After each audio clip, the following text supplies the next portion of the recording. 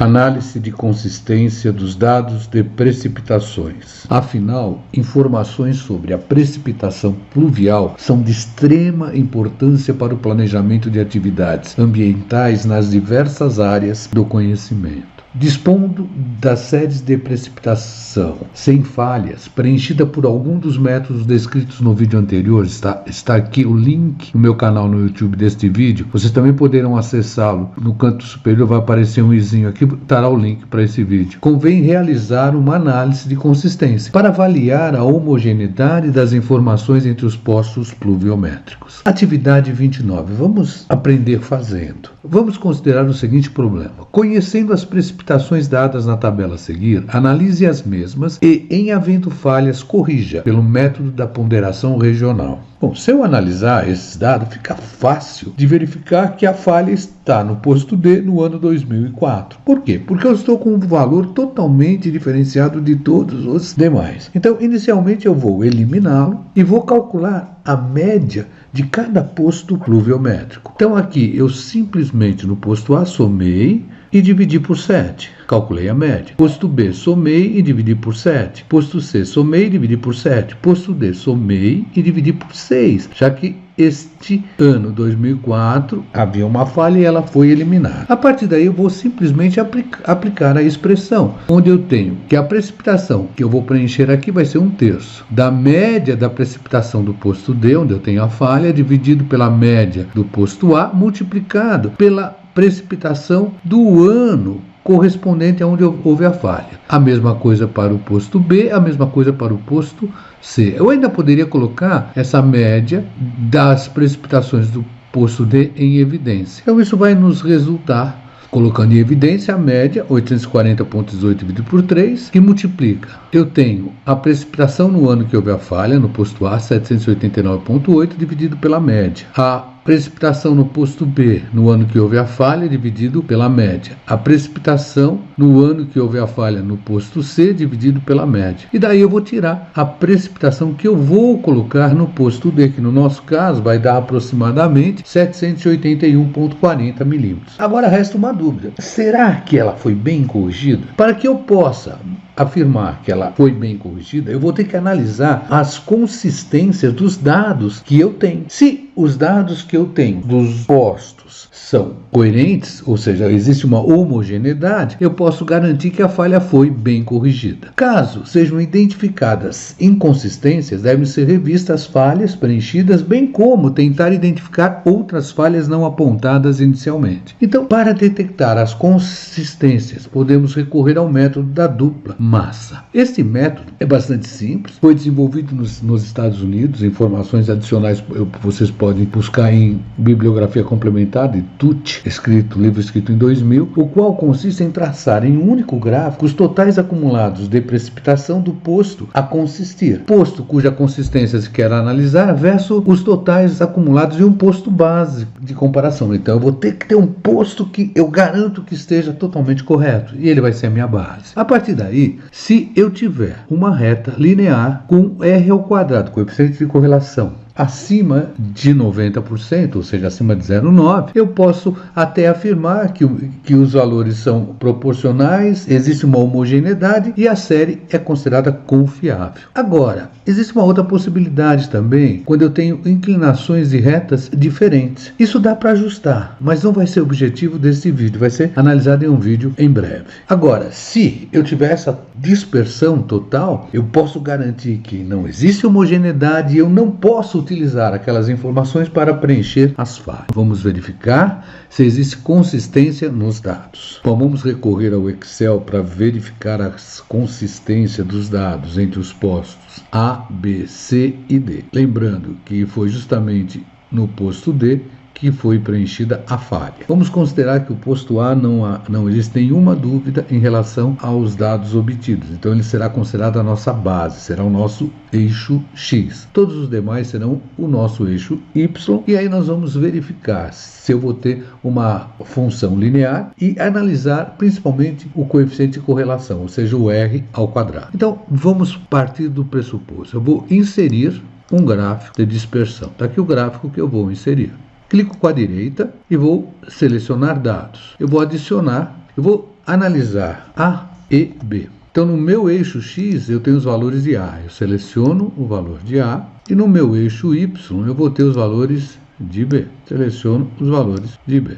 Estão aqui. Eu vou ajustar os dois eixos. Eu vou pegar esse eixo aqui e vou impor que eu estou iniciando com 750. E aqui eu vou só até 1000, já está fechado. Feito isso, eu levo o mouse em um dos pontos, clico com a direita e mando adicionar linha de tendência. Ela vai ser linear e eu clico exibir equação do gráfico, exibir o R ao quadrado. Eu poderia só exibir o R ao quadrado. Se eu fizer isso, está lá o R ao quadrado, coeficiente de correlação. Esse coeficiente de correlação, então eu vou considerar dessa reta, então eu vou colocar em azul. Vou corrigir aqui o meu eixo, olha, também vou fazer sair de 750. E aqui eu tenho um bom coeficiente de correlação. Vou mandar colocar os eixos, então vamos lá. Nos eixos, títulos dos eixos, aqui eu sempre vou ter o posto A. Já em Y, eu vou ter o posto B, o posto C e o posto D que eu vou querer analisar, ok? O que eu vou querer é colocar legenda. Legenda, eu vou formatar a legenda e vou colocá-la na parte inferior. Tá lá. Agora eu vou selecionar o gráfico com a direita, eu vou colocar selecionar dados. Eu vou adicionar agora, eu vou analisar A e C. No eixo X eu vou ter o meu A, no meu eixo Y eu vou ter o meu C. Agora eu simplesmente vou clicar com a direita, adicionar a linha de tendência, linear, e eu vou novamente pedir para exibir o R ao quadrado. O R ao quadrado melhor ainda. Então está aqui meu R ao quadrado, vou um pouquinho maior aqui até para a gente enxergar, aqui também um pouco maior para a gente enxergar. Por enquanto excelente, são homogêneos. Agora falta analisar com relação ao D. Então eu clico, seleciono o gráfico com a direita, selecionar dados. Adicionar, agora eu vou fazer A e D. No meu eixo X, eu continuo com A, tá aqui o A, ok. No meu eixo Y, agora vou ter os valores de D. Então aqui os valores de D. Vou clicar OK, OK. Aí eu vou selecionar o ponto, aqui é o cinza, selecionei, adicionar a linha de tendência, linear, e eu vou mandar colocar o R ao quadrado. Tá aqui, o meu R ao quadrado. Vamos melhorar esse azul, por um azul um pouco mais claro. Pronto. E aqui está o meu cinza. Esse é o cinza, eu vou pôr para aqui, para cá um pouquinho. Vou mandar colocar cinza, negrito, e vou colocar 12.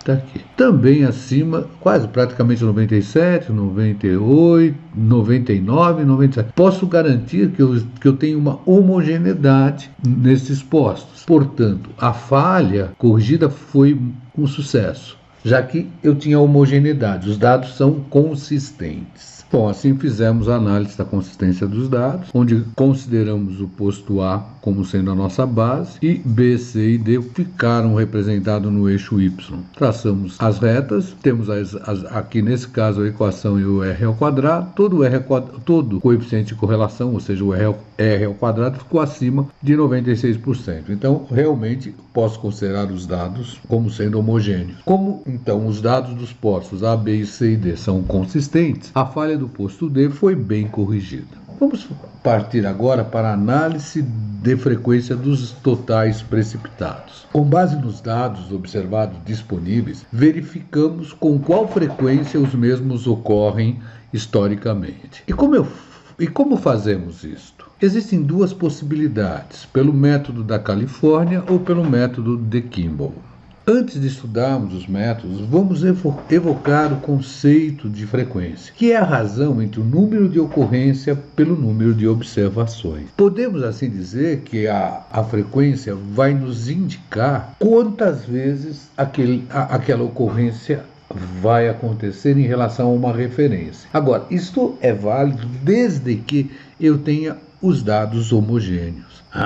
Por isso que nós analisamos a parte da consistência dos dados. Lembrando que para eles serem consistentes, eu vou representar os postos, os dados dos postos, um no eixo X, aquele que eu considero como sendo a minha base, no Y, aquele que vai depender dessa análise. Se eu tiver um coeficiente de correlação acima de 90%, eu posso considerar os valores proporcionais e os dados homogêneos. E aí eu posso fazer correção e posso utilizar até para o cálculo da frequência. Para os valores máximos, os dados são dispostos em ordem decrescente de valores, sendo atribuído a cada um deles um número m, correspondente à sua ordem. Então, o primeiro, maior valor, recebe o valor m igual a 1. O segundo, m igual a 2 e assim sucessivamente até chegarmos ao dado n. Para os valores mínimos, é só fazer o inverso. Então, ao invés de eu colocar em ordem decrescente, eu vou colocar em ordem crescente. O valor de m, então, varia de 1 até n. A frequência é determinada pelas equações abaixo, conforme se opte pelo método da Califórnia ou de Kimball. No método da Califórnia, eu vou ter a frequência como sendo m dividido por n. Então, no caso de eu pegar o maior valor, eu teria 1 sobre n. O segundo maior valor seria 2 sobre n, e assim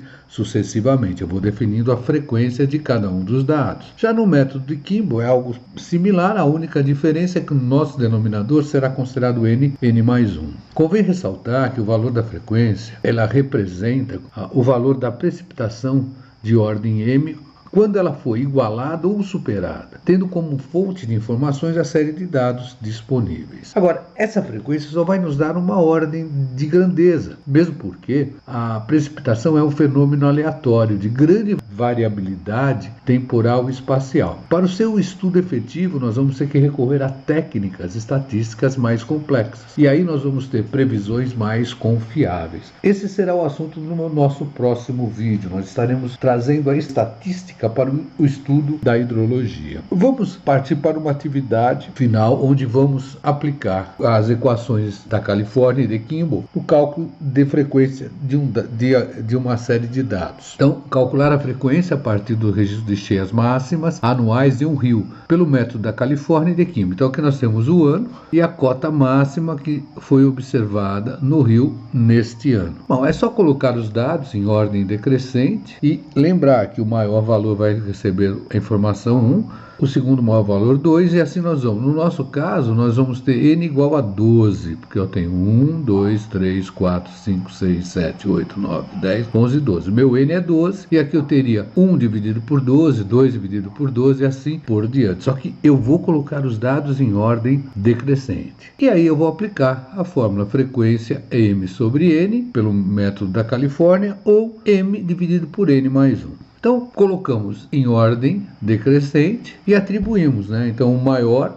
1, o 2, 3. A frequência, como é que ela vai ser calculada? Então, eu teria 1 dividido por 12, tá, me deu aqui. 2 dividido por 12, me deu aqui. 3 dividido por 12, me deu aqui. E assim por diante. 12 dividido por 12 vai me dar 1, claro. E Kimball? Kimball vai ser sempre o quê? N dividido por 13, já que o nosso N é 12, então é N mais 1, 13. Então, eu teria 1 dividido por 13, 2 dividido por 13 e 12 dividido por 13, por isso que eu não chego ao valor 1. E aqui seriam as frequências calculadas. Algo bastante simples. Eu vou utilizar isso para os estudos da parte de estatística e em hidrologia. Aguardem no próximo vídeo. Não se esqueçam de dar um like e acionar o sininho. Assim vocês recebem informações dos vídeos que praticamente nesse curso de hidrologia básica são publicados praticamente um por semana. Até breve.